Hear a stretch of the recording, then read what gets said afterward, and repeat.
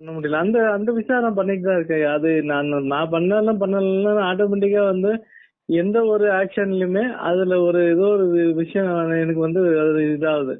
இல்ல இது இது இப்படி இருக்குமா, அது அப்படி இருக்குமா, அந்த அந்த சன்மார்க்க வழியில வந்து அதை திங்க் பண்றேன். எல்லா ஒரு விஷயத்திலயும் பண்றேன் அது. ஓகே, அதாவது விசாரம், இங்க சொல்லப்படுற விசாரம் வந்து அங்க மனம் இருக்கக்கூடாது, மொழி இருக்கக்கூடாது, தாட் வேவ்ஸ் இருக்கக்கூடாது. அதுக்கு பேர் தான் உண்மையான விசாரம். அதுதான் வள்ளல் பெருமான் கடைசியில பேருபதேசத்துல முடிக்கும் போது, நீங்கள் உண்மை அறிவாய் விசாரம் செய்து வாருங்கள். உண்மை அறிவுன்றது என்னன்னு பாருங்க, சத்திய ஞானம். கரெக்டா? உண்மைன்னா சத்தியம், அறிவுன்னா ஞானம். அதுதான் சத்தியம், அதுதான் சத்திய ஞானம் சபை. அது உண்மை அறிவுன்றது நமக்கு மெய்ஞானம். அங்க வந்து நம்ம நினைக்கிற மாதிரி மனம் வந்து அங்க என்றானா அது உண்மை அறிவா இருக்காது.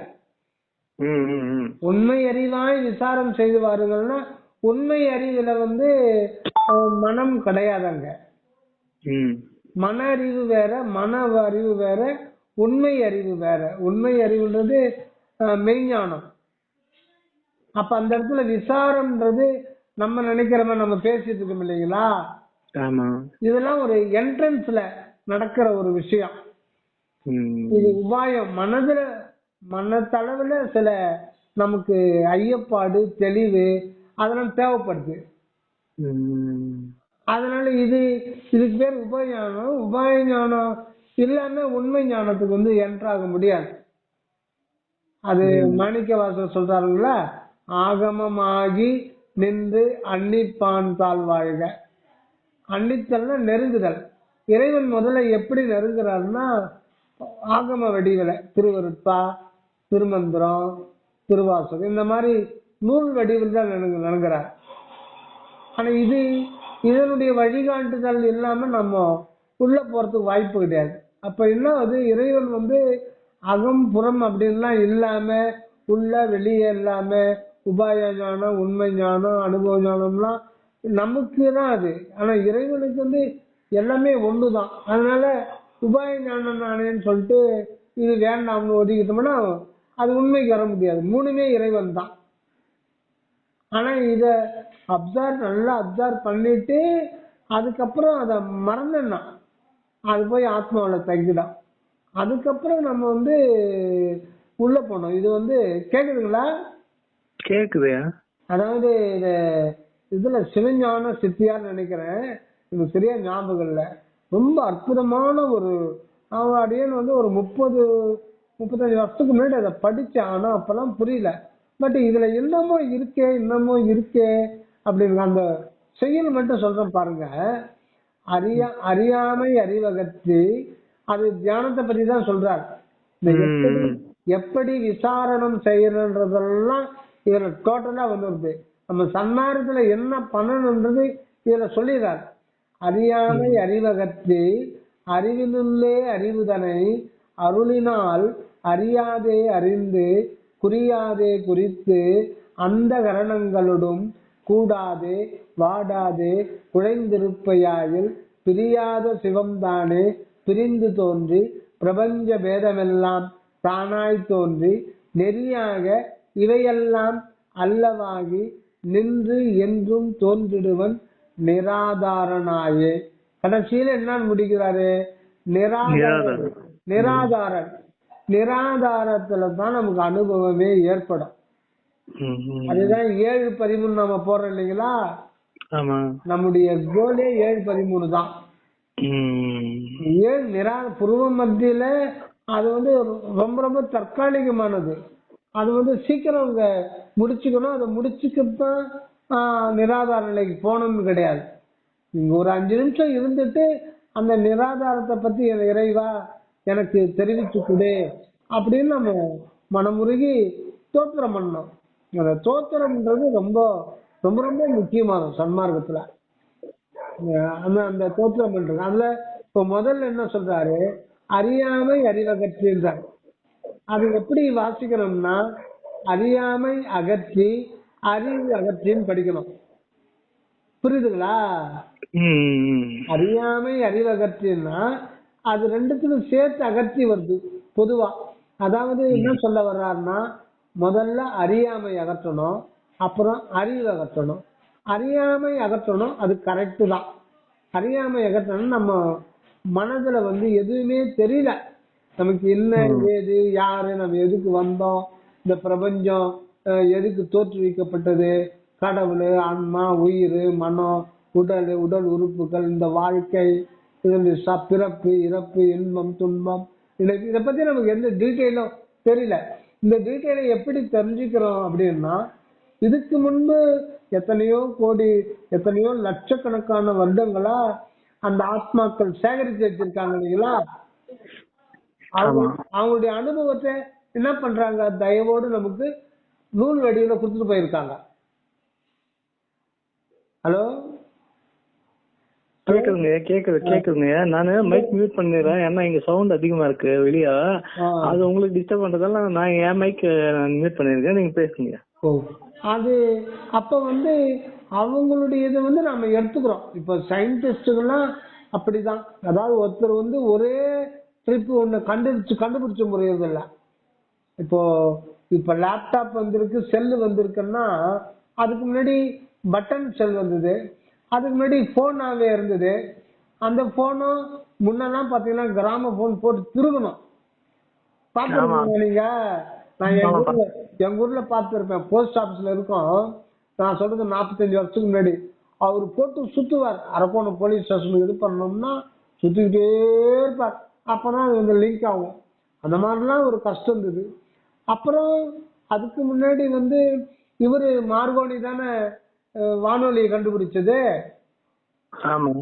வானொலி கண்டுபிடிச்சதுக்கு ஆதாரம் என்னன்னு பார்த்தோம்னா, அந்த மின்காந்த அலை இயக்கம்ன்றது இயற்கையாகவே இந்த பிரபஞ்சம் முழுதும் வியாபித்திருக்குது. அது யாருக்கும் தெரியாம இருந்தது. அதனுடைய ஸ்பீடு ஒரு வினாடிக்கு 3 லட்சம் கிலோமீட்டரு.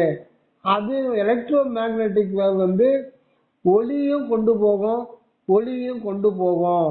அந்த மாதிரி அந்த ஒவ்வொரு அலையிலேயும் ஒரு ஒரு துணுக்கு இருக்கு. இது அவரே திடீர்னு கண்டுபிடிச்சாருன்னா கிடையாது. அதுக்கு முன்னாடி எல்லாம் பல டிகேட்ஸ்ல கண்டுபிடிச்சு ஃபைல் எல்லாம் அவர் ரெஃபர் பண்ணிட்டு தான் அவர் முழுமை அடையும் இல்லைங்களா. அதனாலதான் உபாய ஞானம்ன்றது நமக்கு முன்னிருந்த ஆத்மாக்கள்லாம் எவ்வளவோ கஷ்டப்பட்டு அரும்பாடுபட்டு நமக்கு சேகரித்து வச்சிருக்காங்க. அப்ப அது நமக்கு வழிகாட்டியா இருக்கும். ஆக அந்த உபாய ஞானம்ன்றது சாதா உபாய ஞானம் சொல்லிடுமே தவிர, அது இல்லைன்னா நம்மளால இதுதான் இந்த வழி அப்படின்னு சொல்லிட்டு நமக்கு ஒண்ணுமே தெரியாது. அந்த உபாய ஞானத்துல நமக்கு என்ன கிடைக்கணும்னா அற்பா கிடைக்கிறது தான் நமக்கு அற்புதம். உபாய ஞானம் உங்களுக்கு கந்த சஷ்டி கவசம் கிடைச்சா எப்படி இருக்கும்? அதுல அரஞ்சான் பயிர்க்க காக்க, நாக்க காக்க, மூக்க காக்கன்னு வருது இல்ல. அதுல எதானா எல்லா உயிரும் நிமித்து வாழ்கன்னு வருதா? என் கண்ணை காக்க, என் மூக்க காக்க, என் நாக்க காக்கன்னு தானே வருது. அதை படிச்சா வாழ்க்கை நல்லா இருக்கும். அது கூட உபாய ஞானம் தான்.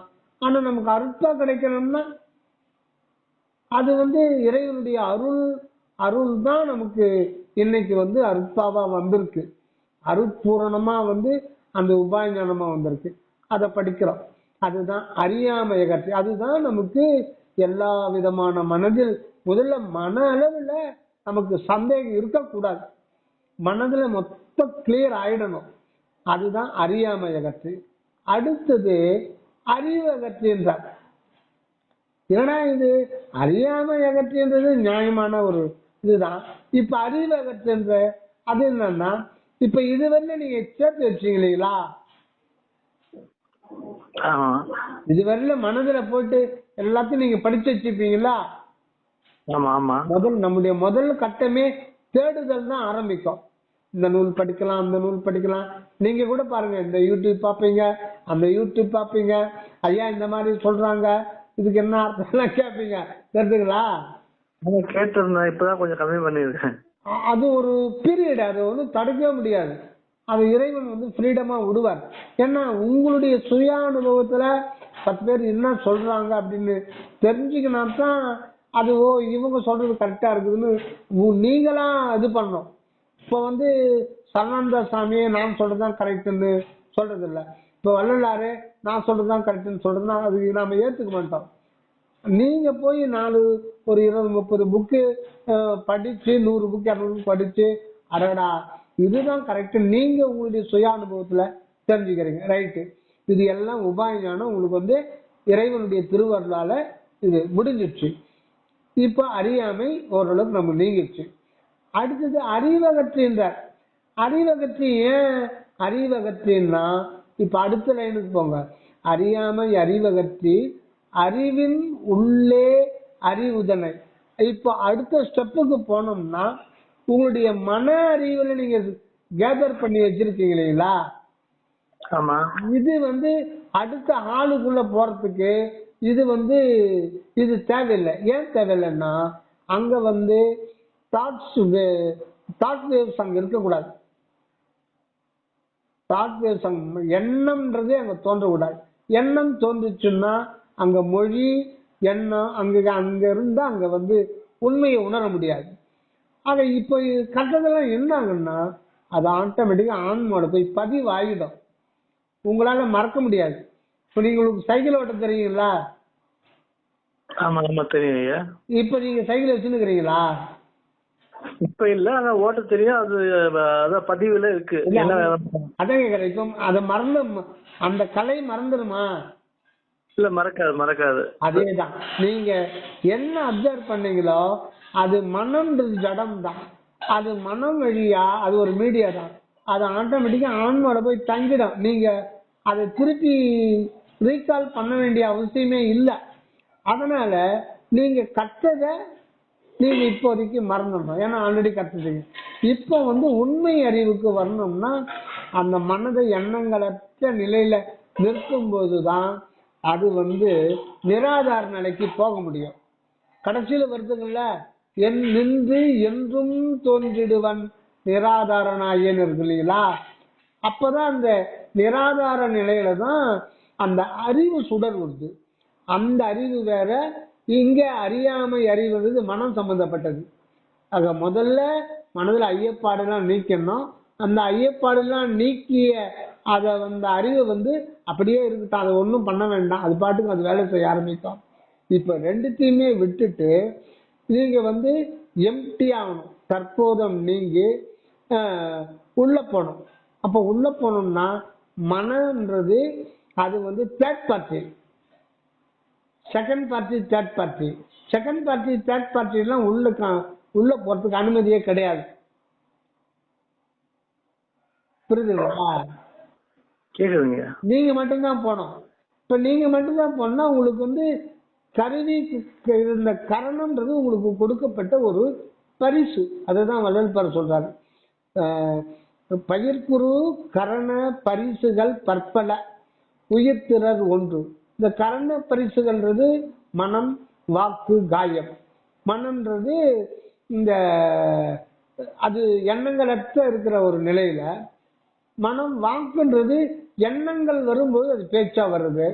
அப்புறம் வந்து காயம் ஏற்படுது. இதெல்லாம் வந்து உங்களுக்கு கொடுக்கப்பட்ட ஒரு பரிசு. இந்த பரிசெல்லாம் அப்படியே வெளியில வச்சிடணும். வெளியில வச்சுட்டு நீங்க மட்டும்தான் உள்ள வரணும். அதனால அறியாமை அறிவகற்றி அறிவின் உள்ளே அறிவுதனை. இப்ப உள்ள வந்து அந்த அறிவே 2 கூறா இருக்கு. ஒரே அறிவு தான் இருக்கிறதுன்னா ஒரு அறிவு தான், 2 அறிவு இல்லை. ஆனா அதுலயே 2 பாகமா இருக்கு. ஒண்ணு அகரம், இன்னொன்னு உகரம். இது சவுண்ட் கேக்குது. அந்த அது வந்து தன்னை தானே அனுபவிக்குது. அங்க அதுக்காக அதுவே அந்த அறிவு வெளியிலேயே அது வந்து 2 கூறு கொண்டதாய் விளங்குது. அது ஒரு அறிவு தான். அறிவாலே அறிவினை அறிகின்ற போது அங்கு அனுபவம் ஆவது என்னடி தாயே, செறிவாலே பிரிவாலே தெரியாது தெரியும் திருவருள் உருவம் என்று அறியாயோ மகளே. இந்த பாடல் ரொம்ப முக்கியமான பாடல். இப்ப அதுக்கு பொருத்தி பார்க்கணும். அறிவாலே அறிவினை அறிகின்ற பொழுது, அதுதான் இங்க சொல்றார். அறிவினுள்ளே அறிவுதனை அறியணும். எப்படி அறியணும்? அருளாலே. அறிவினுள்ளே அறிவுதனை அருளாலே அறியணுன்றார். அதனால மாணிக்கவாசர் அவன் அருளாலே அவன் தாள் வணங்கி.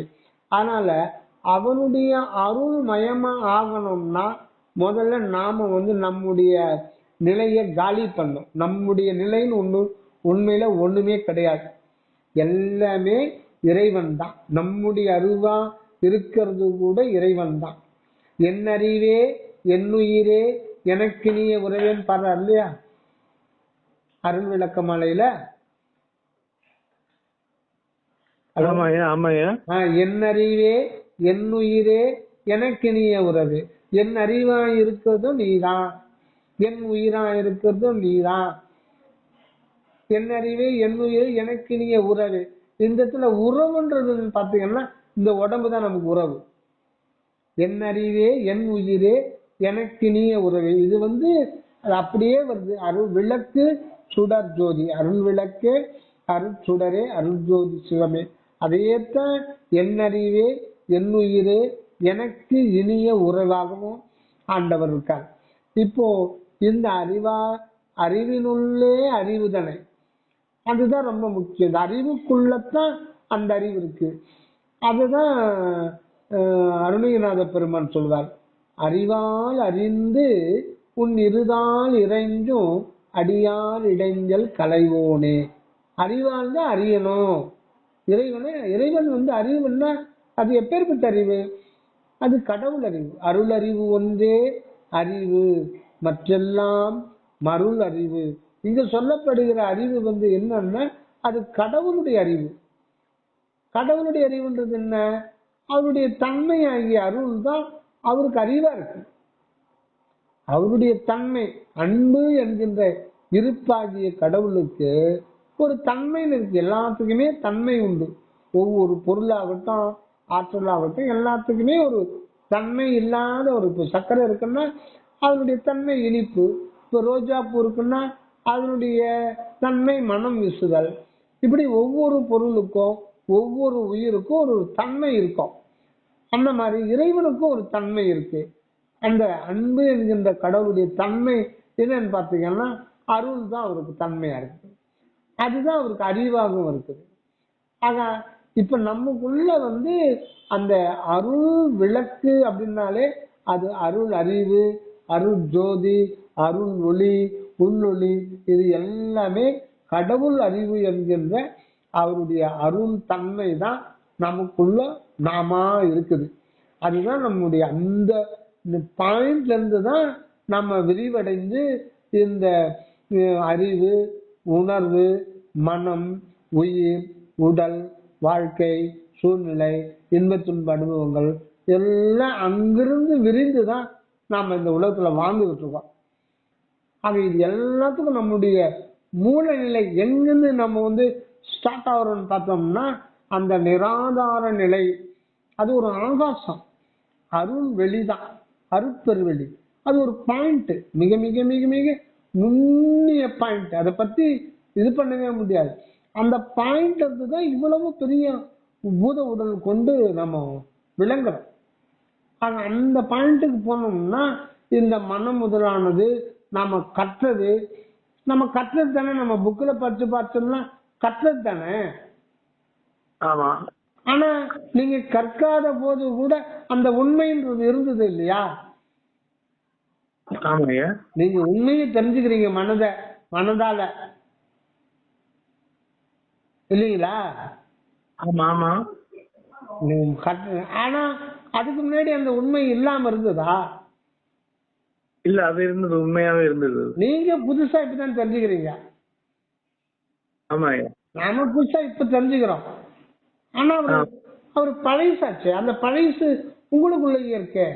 அதுதான் கண்ணாக்கு மூக்கு செவி ஞான கூட்டத்துள் பன்னாக்கு நின்ற பழம்பொருள் ஒன்று உண்டு, அண்ணாக்கு மேலே அகண்ட ஒளி காட்டி பின்னாக்கி நம்மை பிழைப்பித்தவாறு. பழம்பொருள் அப்படின்னா அது மிக மிக மிக மிக பழமையானது. அதுக்கு அனாதியா இருக்கிறது அது சொல்லவே முடியல. பழமைக்கும் பழமையானது என்றும் உள்ளது. அதான் பழம்பொருள்.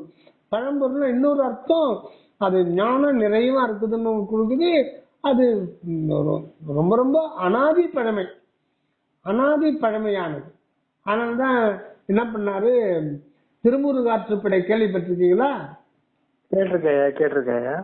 நக்கீரர் தான் எழுதுந்து. ஒரு 2000 வருஷம், அது ரொம்ப பழமையான 4000 தெரியல நமக்கு. அவர் வாழ்ந்திருக்கார்.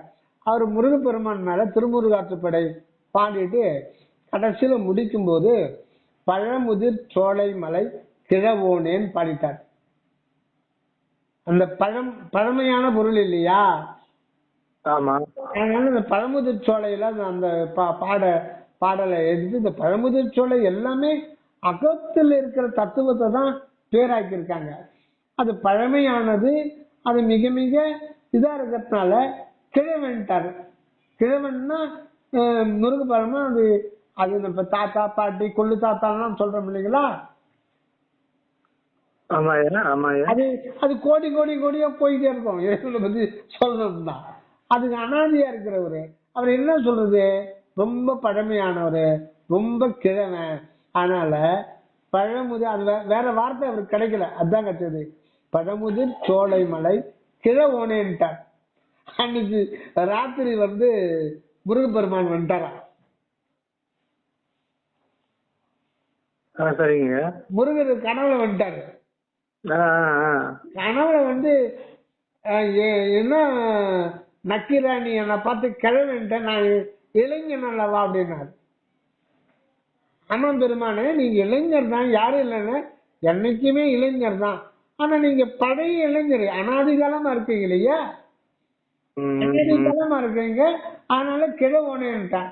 இல்ல இல்ல இல்ல, அது அந்த மாதிரிலாம் இது பண்ண முடியாது. கிழவோனேன்னா எப்படி அது? தமிழ்ல அவரு மிகப்பெரிய புலவர் இல்லைங்களா, தெய்வ புலவர் இல்லைங்களா? கிழவோன்றது கிழவன்ற அர்த்தம் கிடையாது அந்த இடத்துல. கிழமை பெருமை மிக மிக மிக பழையது, அனாதி பழமையினால கிழவோனேன்ட்டார். முருகப்பெருமான் என்ன சொல்றாரு, இது சொல்ற படிக்கிறது சாதாரண மக்கள் என்ன நினைச்சுப்பாங்க, நான் இளைஞனா இருக்கிறான், என்றும் இளைஞன், என்னை பார்த்து நீ கிழவோனேன்னு பாடி வச்சிருக்கிய, இத மாத்து அப்படின்ட்டாங்க. இல்ல எம்பெருமானே, இது உங்களுடைய பழைய அனாதி பழமையை பத்தி தான் சொல்றேன், அதான் எனக்கு தெரியாது, இந்த வார்த்தையை மாத்துட்டாரு. இவர் பார்த்தாரு, அது முடியாது அப்பா, இதெல்லாம் முடியாது, நம்ம பாடுறதுதான், அதை மாத்த முடியாதுட்டாரு. அது முருகப்பெருமானு, நீங்க இந்த தெய்வ புலவர்கள்லாம் இப்படி பேசுவீங்கன்னு எனக்கு தெரியும், இருந்தாலும் வந்தேன், கேட்டு பார்த்தேன், வேலை ஆகல, சரி போனா போது, வேற பாடலையாவது என்ன இளைஞனே பாடி வை அப்படின்ட்டாராம். சரி, வேற பாடல் அப்புறம் பாடி இருக்காரு அவரு இளைஞர். ஆக அந்த மாதிரி பழம்பொருள் ஒன்று உண்டு, நமக்குள்ளவே இருக்கு. அப்ப இந்த உண்மையை நம்ம புறத்திலிருந்து நாம தெரிஞ்சுக்கிறோமே ஒழிய, நம்ம தெரிஞ்சுக்காததுக்கு முன்னாடி நமக்குள்ளவே இருக்கிறது சர்வம்சனா இருக்கு. அதனால்தான் அறியாமை அகற்றிதுக்கு அப்புறம் அறிவு அகற்றின்னு சொல்றேன். அதுக்கப்புறம் அறிவு நிலைக்கு வரும் பொழுது அந்த அறிவு மெய்யறிவாவே இருக்குது. அந்த அறிவுக்குள்ள அறிவா இருக்கிறவரை எப்படி அறிய முடியும்னா, அந்த இடத்துல நம்ம தற்போதம் இழந்தாதான் அறிய முடியும். அதுதான் சொன்ன சாமி சொல்லும் போது, அது தன்னையே தான் அறிந்து கொள்கிறதுன்னு இந்த பிறவியில பக்குவ மனித பிறவியில தன்னையே தான் அறிந்து கொள்ளுது. அது வேற வழியே கிடையாது.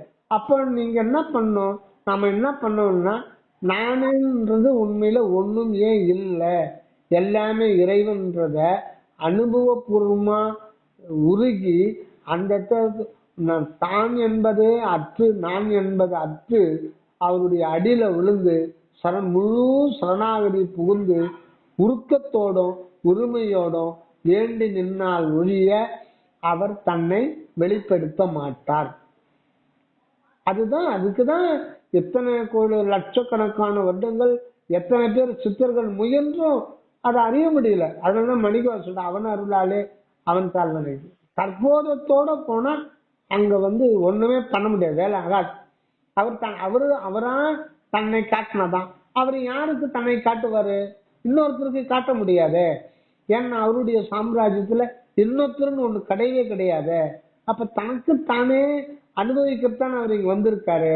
ஆக இந்த உண்மையை உணர்ந்து நான் எனது என்பது கூட அவருடையதுதான் என்று அறிந்து அந்த நான் என்பது அன்பு இருப்பாகவும் எனது என்பது அருள் தன்மையாக அனுபவிக்க காண வேண்டும். அதனால்தான் நான் என்பது மாற்றம் அடையணும். என்னவா மாற்றம் அடையணும்? கருணையும் சிவமா மாற்றம் அடையணும். அறியதான் வளர் பெருமான் அறியாமையினால் நான் இதுகாரும் நான் எனது என்கின்றதை பெரும்பொருளாக பற்றி நின்றனன். நான் எனது என்பதை பெரும் பொருளாக பற்றி நின்றனன். இறைவன் நான் சொல்றாரு, மகனே கருணையும் சிவமே பொருள் எனக்கான். அந்த பொருள் அழிக்கவே முடியாது. உடல் பொருள் ஆவி சொல்றோம் இல்லைங்களா? உடல் பொருள் ஆவிய இறைவன் கிட்ட கொடுக்குறோம்ட்டு அது எப்படி படிக்கணும்னா உடல் ஆவி பொருள். உடல் உடல் பொருள் ஆவின்னு அப்படிதான் சொல்லுவாங்க ஞானிகள். அது ஒரு இது இருக்கு. ஆனா நாம எப்படி புரிஞ்சுக்கணும்னா உடல், அடுத்தது உயிர், ஆவி, பொருள். பொருள்ன்றது என்னன்னா நான் எனது, நான் என்கின்ற ஒரு இருப்பம், எனது என்கின்ற அனுபவம். இப்ப ஆன்மான்றது என்னன்னா இருப்பும் அனுபவமும் பிரிக்க முடியாது இருக்கின்ற கடவுளுக்கே ஆன அனுபவ நிலையம்தான் ஆன்மா. அது இப்போது பிரணவமா இருக்கு. ஆனா நம்ம அனுபவத்துல அது ஆணவமா இருக்கு. ஆணவம் என்பது வித்து நிலை. வித்து நிலை. ஆணவம் என்பது பூஜ்ய நிலையில வித்தா இருக்கு. அது பிரணவம் என்கின்ற கனியாக மாற்றப்பட வேண்டும். அப்படி ஆணவம் பிரணவமாக மாற்றப்பட வேண்டுமே ஒழிய ஆணவத்தை அழிக்க கூடாது என்றார். அதனால்தான் இந்த ஓங்கார அணை மீது நான் இருந்த தருணம் ஒரு அற்புதமான பாடல். திருவருட்பால ரொம்ப ரொம்ப ரொம்ப ரொம்ப முக்கியமான பாடல். ஓங்கார அணை மீது நான் இருந்த தருணம் உவந்தனது மணவாளர் சிவந்த வடிவு அகன்றே ஈங்கார பழிக்கு வடிவு எடுத்து எதிரே நின்றார். அதுக்கப்புறம் நான் அப்ப இவர் எழுந்துக்கிறார். ஹலோ கேக்குதுங்க. ஓங்கார அணை மீது நான் இருந்த தருணம் உவந்தனது மணவாளர் சிவந்த வடிவகன்றே ஈங்கார பழிக்கு வடிவெடுத்து எதிரே நின்றார் இருந்து அருள்க என எழுந்தேன். அப்போ என்ன ஆகுதுன்னா இவர் இந்த ஓங்கார அணையாகிய அந்த ஆன்ம சுரூபத்துல நிக்கிறார். நான் எனதுன்றத அந்த ஆன்ம நிலையில. அப்புறம் ஆண்டவர் அந்த தகராகாச பெருவெளிய காட்டும் போது அதுதான் இதுவா இருக்கிறதுனால அடடா நாமன்றது ஒண்ணுமே கிடையாது, இந்த ஆன்ம சொருபம் முடிய நாம கிடையாது, நம்ம இடத்த காலி பண்ணிடுவோம் அப்படின்னு சொல்லிட்டு அவர் எழுந்துக்கிறார். புரியுதுங்களா? அவர் எழுந்துக்கிறார். அந்த ஓங்கார அணையில இருந்து எழுந்துடுறார். நீங்களே இருந்துக்குங்க, இங்க நானுன்றது ஒண்ணுமே இல்லை, ஆனா நான் ஆணவத்தை அழிச்சிடுறேன்னு சொல்லிட்டு எழுந்துக்கிறார். அப்படிதான் எல்லாருமே எழுந்துக்கிட்டாங்க இதுக்கு முன்ன வரையில. ஏன்னா எல்லாருமே ஆணவம் மலத்தை மூன்றாக கண்டார்கள். ஆணவம் மாயை கண்மம் சொல்லிட்டு. அதாவது மாயா மலம் ஒண்ணு, அது கரெக்டு தான். கண்ம மலம் ஒண்ணு கரெக்டு தான். ஆனா ஆணவ மலம் ஆன்மாவில முழுமையா கிடையாது. ஏன்னா அங்க 2 பேர் இருக்காங்க. 2 பேர் இருக்காங்க. 2 பேருமே அவரு தான். அகரம் உகரம், அற்புதம் ஜோதி தனிப்பெருங்கருணைய 2மே இருக்கிறாங்க. அவரும் அவருடைய தன்மை தான் இருக்கு, கருணையும் சிவம் தான் இருக்கு. அது நமக்கு வித்து நிலையில நமக்கு ஆணவமா இது பண்ணு. அதுல பாதி இறைவனுக்கு பிரணமாக அனுபவம் ஆயிட்டு இருக்கு. ஆனா நமக்கு அது ஆணவமா இருக்கு. ஆக வித்து நிலைக்கு பின்னாடி இருக்கிறதுன்னு பிரணவ நிலை, அது பூர்ணமா இருக்கு. ஆக ஒன்னே ஒண்ணுதான் நமக்கு அது ஆணவமா அனுபவப்படுது. ஆனா இறைவனுக்கு அது பிரணவமா அனுபவம். ஆக பாதி தான் ஆணவமா இருக்கு. இந்த பாதி ஆணவம் தான் நீங்கணுமே ஒழிய அது முழு ஆணவம் நீங்கன்னா அங்க சூன்யமா போயிடும், அனுபவமே இருக்காது. அதனால்தான் நீ எழுந்துக்க கூடாது. அந்த இறை நானா இருப்பது கூட நான் என்ற வண்ணத்தில் விளங்குவது இறைவன் தான் அப்படின்றத உணரணுமே ஒழிய அது நாம் அதை நீக்க கூடாது.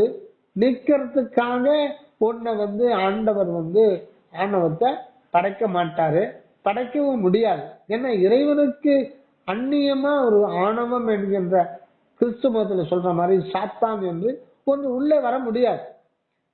ஆக நமக்கு அவருடைய பிரணவம் தான் இங்க மனிதனா வருது.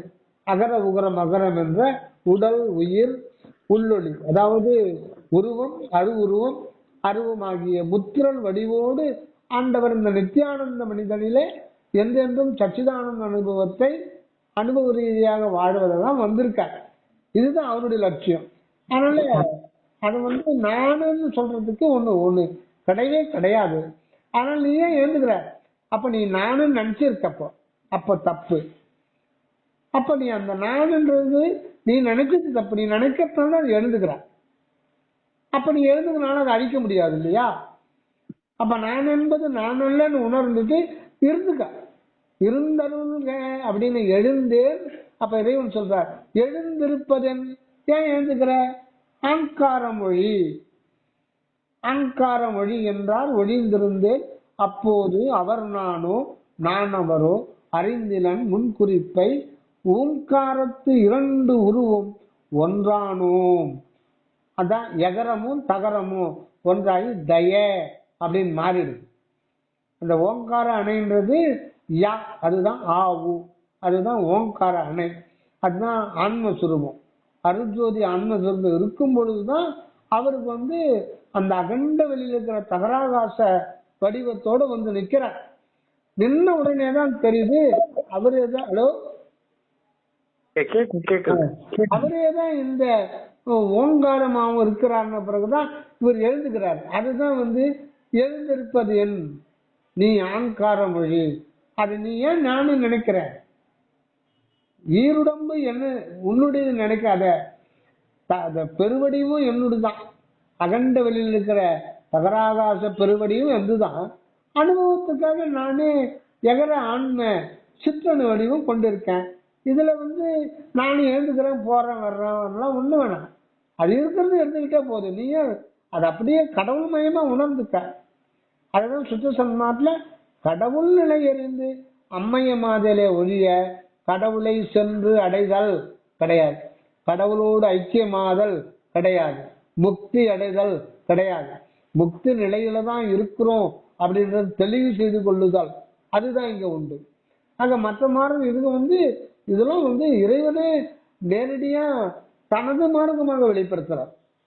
இதுவரையில மனிதன் மனிதன் தான் புனிதனாகி புலன்களை அடக்கி உத்தமர்களாகி இறைவனுக்கு பாட்டை போட்டாங்க. ஐயா எனக்கு இந்த பிறப்பிறப்பு வேண்டாம், எனக்கு அடைக்கலம் கொடுத்துரும் அப்படின்ட்டு. அந்த நிலையில போனா அது இப்ப அண்ட வெளியில பிளாக் ஹோல் இருக்குன்னு சொல்றாங்க இல்லைங்களா? அது 100-200 சூரியன் கூட வெளியிடுமா? வெளியிடுது. அதெல்லாம் கேமராவில கேப்சர் ஆயிருக்கு. இவனுக்கு ஒன்றும் புரியல. அது எங்க ஸ்பேஸ்ல எப்படி பிளாக் ஹோல் இருக்கு? அதை ரிசர்ச் பண்ணிட்டே இருக்காங்க. அந்த ரிசர்ச் எத்தனை நூற்றாண்டு ஆகும்னு தெரியல. அது ஒன்றும் புரியல. ஆனா கேமராவில் இதாகுது. அந்த பிளாக் ஹோல் ஸ்பேஸ் உள்ள எப்படி பிளாக் ஹோல் இருக்கும், இதுல சூரியன் போச்சு அது ஒண்ணுமே எல்லாம் போயிட்டான். அந்த மாதிரி சிவஜோதி எல்லாரையும் எல்லாரும் வர்றவங்க எல்லாம் வரப்போறியா? சரி, யாரும் கருத்து கேட்கல, உன்னுடைய நோக்கம் என்னன்னு கேட்கல. அவங்கவுங்க எனக்கு இந்த பிறப்பிறப்பு துன்பம் வேண்டாம் அப்படின்னு சொல்லிட்டு அவங்க சரியா அப்பவா உள்ள ஒண்ணும் இல்லாம போயிடுறான். அந்த மாதிரிதான் எல்லாரும் விழுங்கிடுச்சான் அந்த சிவஜோதியை. இதுதான் சரவண சாமி சொல்றார். இந்த ஞானிகள்லாம் விழுந்துருச்சு. திருப்பி அது அவங்களுக்கு அடுத்த ஒரே பிறவில அவங்க ஒரு 10-12 வயசுலயே சொச்ச சன்மார்ல வல்லாறு மாதிரி அடைஞ்சிருவாங்க. அது அது ஒரு இது கிடையாது. அதை பத்தி நாம எதுவும் இது பண்ண வேண்டியதில்லை. அப்ப இப்ப எதுக்கு சொல்றோம்னா, அறிவினுள்ளே அறிவுதனை அருளினால் அறிந்து அறியாதே, அது கூட அறியாதே அறிந்து. நீ புதிதா அறியறதுன்னா ஒண்ணும் கிடையாது. அங்க இருக்கிறது இருக்குது, உள்ளதே உள்ளது இல்லது என்று இதே வாரு என்றும் உள்ளதுதான் இன்று நீ அங்கு உள்ளது. இந்த வாரீர் சிவகாம வள்ளி மணாளரே வாரி இருக்கார்ல, சிதம்பர வள்ளி சிவகாம வள்ளி மணாளரே, அந்த கண்ணில ஏகப்பட்ட அர்த்தம் இருக்கு. அதுல ஒரு உள்ளதே கேக்குதுங்களா?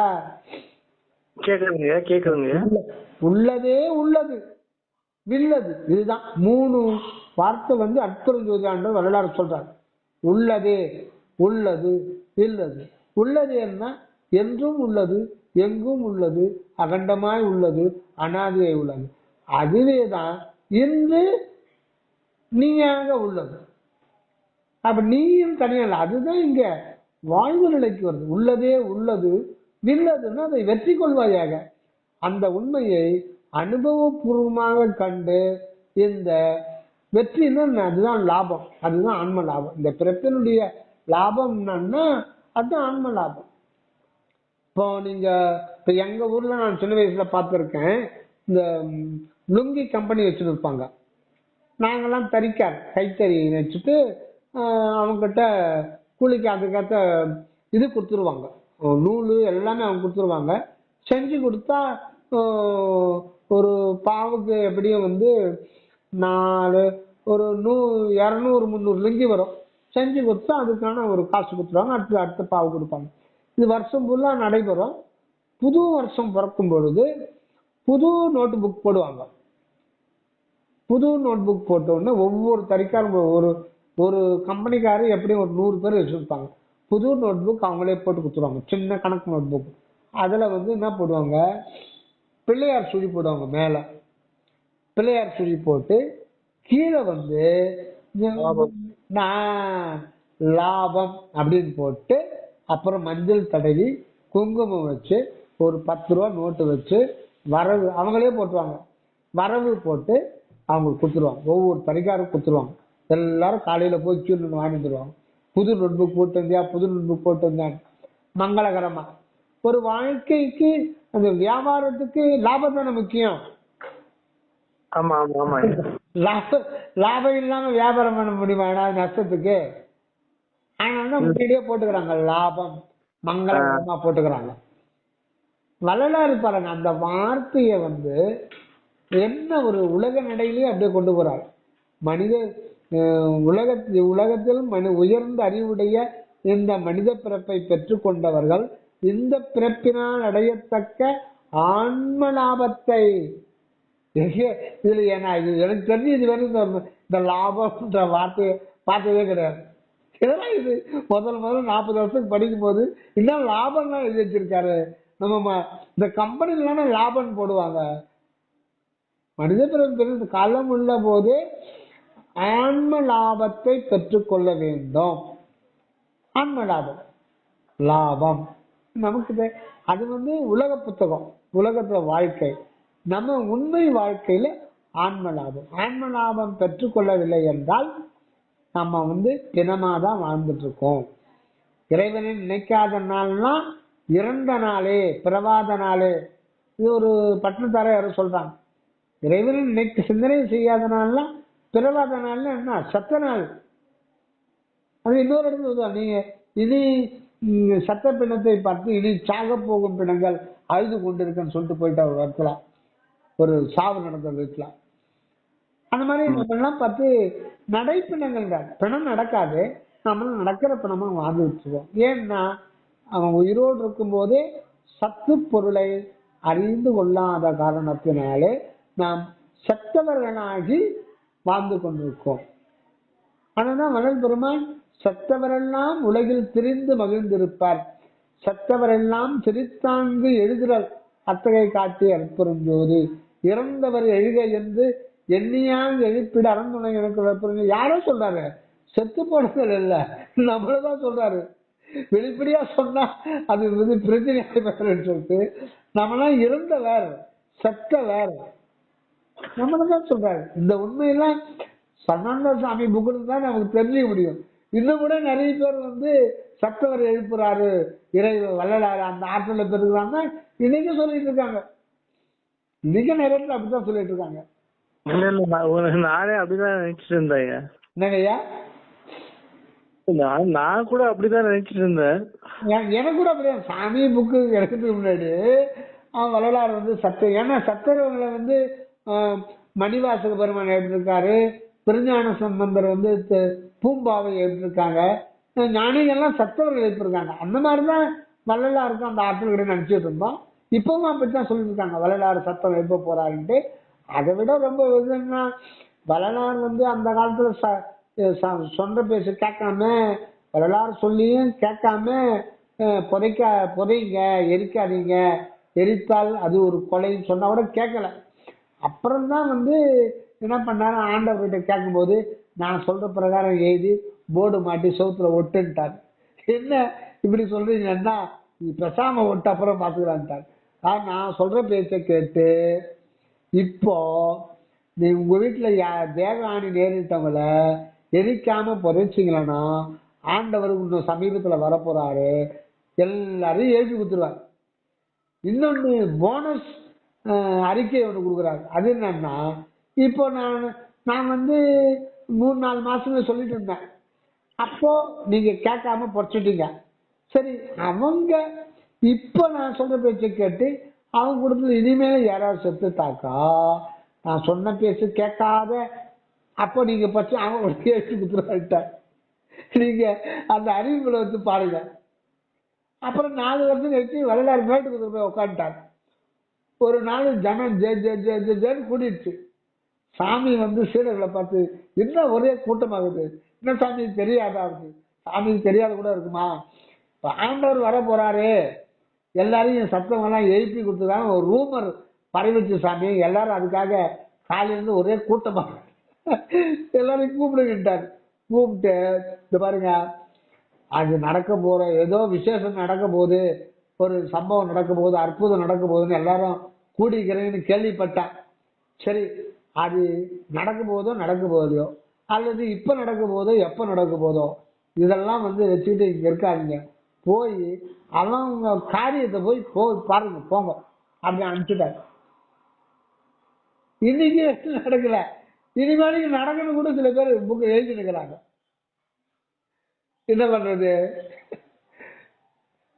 அந்த விசாரம் எதுக்குன்னா, அந்த விசாரம்ன்றது அந்த உண்மை அறிவாய் விசாரம் செய்யும் போது அங்க மனம், அந்த வாக்கு, மொழி எதுவுமே இருக்காம அப்படியே அந்த ஓர்மையில கான்சென்ட்ரேஷன் நிற்கும் பொழுது அந்த உண்மை பளிச்சுன்னு வெளிப்படும். அந்த இடத்துல உருக்கத்தோடவும் வேண்டுதலோடவும் அர்ப்பணிப்போடவும் தற்போதும் நீங்கி நிற்கும் போதுதான் அந்த நிராகார நிலையில அப்ப கூட கொஞ்சம் கொஞ்சமா தான் காட்டுவார்.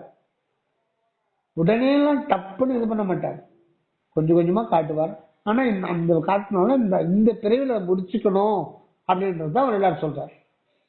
எப்படியோ இந்த பிரிவில் அந்த வேலையை முடிச்சுங்க. அதனால சொல்லும் பொழுது கொஞ்ச காலம் வரையில் நீங்க நல்ல விசாரணை இருந்து வாருங்கள். கொஞ்ச காலத்துல இந்த ஆன்மா அனுபவத்தை முடிச்சுக்குங்க. ஏன்னா அதுக்கப்புறம் நீங்க அருள் அனுபவத்துக்கு போனோம், அப்புறம் நமக்கு டைம் கிடையாது. ஆன்மா அனுபவத்தை சீக்கிரம் முடிச்சுங்க. அந்த ஆன்மா அனுபவம் முக்தி நிலையில நிக்கிறது. முக்தி என்பது நிலை முன் உரு சாதனம் அத்தகவென்ற நட்பெருஞ்சோதி. முக்தி என்பது மற்ற சமய மத மார்க்கங்கள் எல்லாம் வாழ்க்கையினுடைய அந்தியத்துல இறைவனா பார்த்து கொடுக்கறது. இதுக்கு அதுக்கு சம்பந்தம் கிடையாது. இங்க சுத்ததர்ம முத்தின்றது நீ முத்தி நிலையில தான் இருக்கிறன்ற உண்மைய நீ முயற்சி செய்து கண்டுகொள்ளு, அந்த நிலையில நீ நில்லு அப்படின்றார். முத்தி என்பது நிலை முன் ஒரு சாதனம். அந்த பிராக்டிஸ் பண்ணி நீ தெளிவு செஞ்சுக்க. ஏன்னா பிரிவேது இனியனை பிடித்தனம் உணர்த்தனம் அறிய வடிவம் அற்புதம் ஜோதி அப்படின்னு சொல்றார். அதனால துண்ணும் அனாதியே சூழ்ந்து என பிரியாது என் உறவாகிய உறவு. இது வரலாறு நமக்கு தான் சொல்றார், எல்லாருக்கும் சொல்றார். துண்ணும் அனாதியே சூழ்ந்து, அந்த இடத்துல இணைன்றது நம்மைன்னு போட்டது. அந்த ஆன்மா விட்டு அவர் இருக்க முடியாது, தனியா இருக்க முடியாது. நடராஜ பெருமான் எங்க நடமிட முடியும்? சிற்றவையில் தான் நடமிட முடியும். சிற்றவை என்பது என்ன? ஆன்மா. ஆன்மான்றது நாமம். அப்ப நாம நம்மோடு நாம தான் இருக்காது. பொதுவந்தி தங்கும் இடம் போச்சு, நமக்கும் சரி இறைவனுக்கும் சரி. ஆக நம்ம முத்தி நிலையில நம்ம இருக்கிறோம். ஆக பழைய மார்க்கத்துல நான் வேறு நீ வேறு அப்படி நினைச்சதுதான் முதல் தப்பு. இரண்டாவது தப்பு, நான் உன்னை அடையணும் இறைவா நினைச்சது மூன்றாவது தப்பு. ரெண்டாவது தப்பு. ஆனா அந்த காலத்துல அந்த அளவுக்கு தான் ஆன்மீக பெண்ணாம இருந்தது.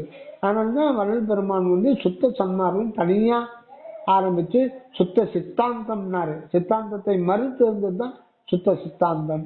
வேதாந்தத்தை மறுத்து இருந்ததுதான் சுத்த வேதாந்தம். இப்படி எல்லாமே சுத்தம் சுத்தம் சொல்லிட்டு அது சுத்த சத்துமார்க்கம்ட்டார்.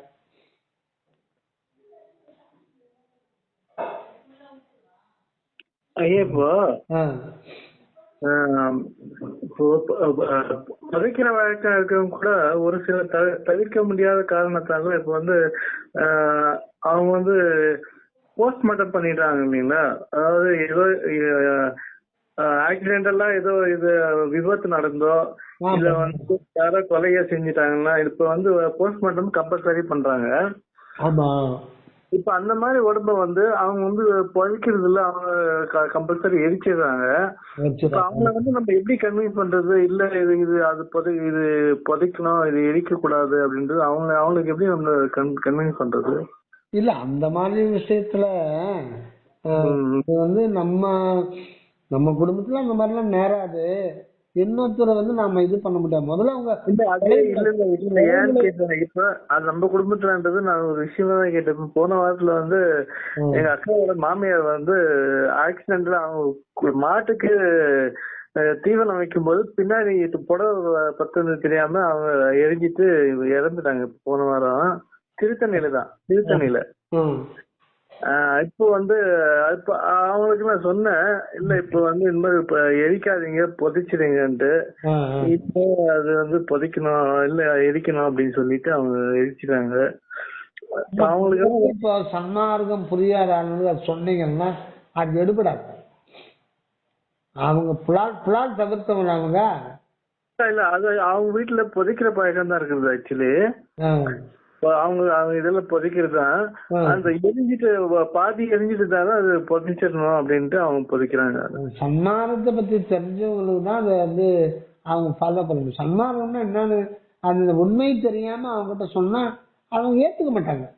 அது ரைட். இப்ப அது விட்டுருங்க. இப்ப நான் கேக்குது என்னன்னா, இப்ப பாதி எரிஞ்சிருச்சு உடம்பு ஆக்சிடென்ட்ல பத்தினாங்க, அது போஸ்ட்மார்ட்டம் ஆயிடுச்சு. இப்ப அந்த உடம்பு கூட நம்ம புதைக்கலாமா இல்ல அது என்ன பண்ணணும்? தாராளமா புதைக்கலாம், அதனால ஒண்ணும் கிடையாது. சரி சரி சரிங்க. தாராளமா புதைக்கலாம், தாராளமா எரிக்கணும்ன்றது அவசியமே கிடையாது. எரிக்க கூடாது, அது கூட இது பண்ணிடலாம். இப்ப புக்குங்க எல்லாம் வந்துச்சா? இவரு அவங்களுக்கு போன் பண்ணீங்களா? இல்ல நான் போன் பண்ணல. நேத்து நீங்க மெசேஜ் போட்டப்பதான் எனக்கு ஞாபகம் வந்தது திரும்ப. அவரு எதுவுமே அனுப்பிட்டாரு. 3 மாசம் ஆயிடுச்சுங்களா காசு கேட்டாரு. நான் காசு கேட்டாரு, காசு வேணும்னு கேட்டாரு. யாரு? அதான் அவரு புக்கு கொடுத்தவர் திண்டுக்கல் அனுப்பிச்சவரு.